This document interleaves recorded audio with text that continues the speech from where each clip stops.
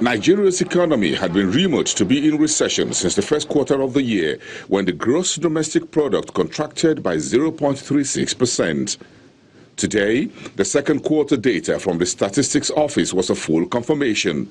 GDP came in at a negative 2.06%, a level never seen in decades. The decline was led in the main by oil sector, finance and insurance, manufacturing and construction.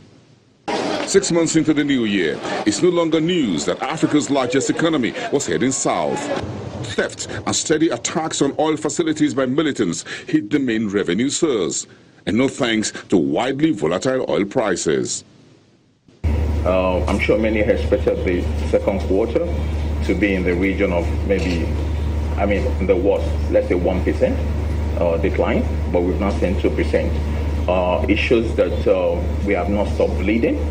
And if you look at the unemployment figures as well, it went up dramatically to over 13%. If you add the July inflation data released on Wednesday to the latest growth decline, it all points to one thing. 160 million Nigerians are living on the edge as they see their incomes shaved and disposable monies whittled by higher prices of goods and services. And this is the message I give to my team continually, that consumers do not eat GDP. And let me explain a bit more. When things are tough, we have to respond to the changing behavior of consumers. And at the end of the day, people want to eat. They want tastier, healthier choices at cheaper prices. This is what the ideal world is. They want to have options that they can still feed families, that they can still feel that they are enjoying a meal without necessarily buying the same ingredients that they could have bought before. But the Buhari's administration says the gloomy-looking second quarter report was, quote, a temporary decline.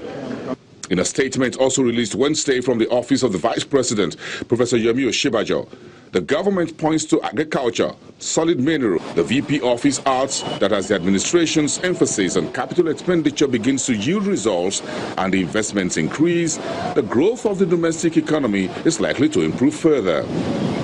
Economic analyst and chief executive officer of Time Economics, Tilewa Adebajo, shares some of the government's optimism, but believes a lot is yet to be done.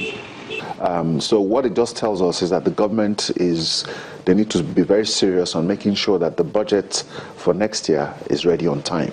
And I think that is the signal we're seeing by this medium-term economic framework. The second half of 2016 is already 2 months down the line. The Buhari's administration has just 120 days more to deliver on its confidence statement today that the economy will perform and beat negative 1.8% GDP contraction predicted on July the 19th by the International Monetary Fund. Bosin Lamofaye, Channels Business News.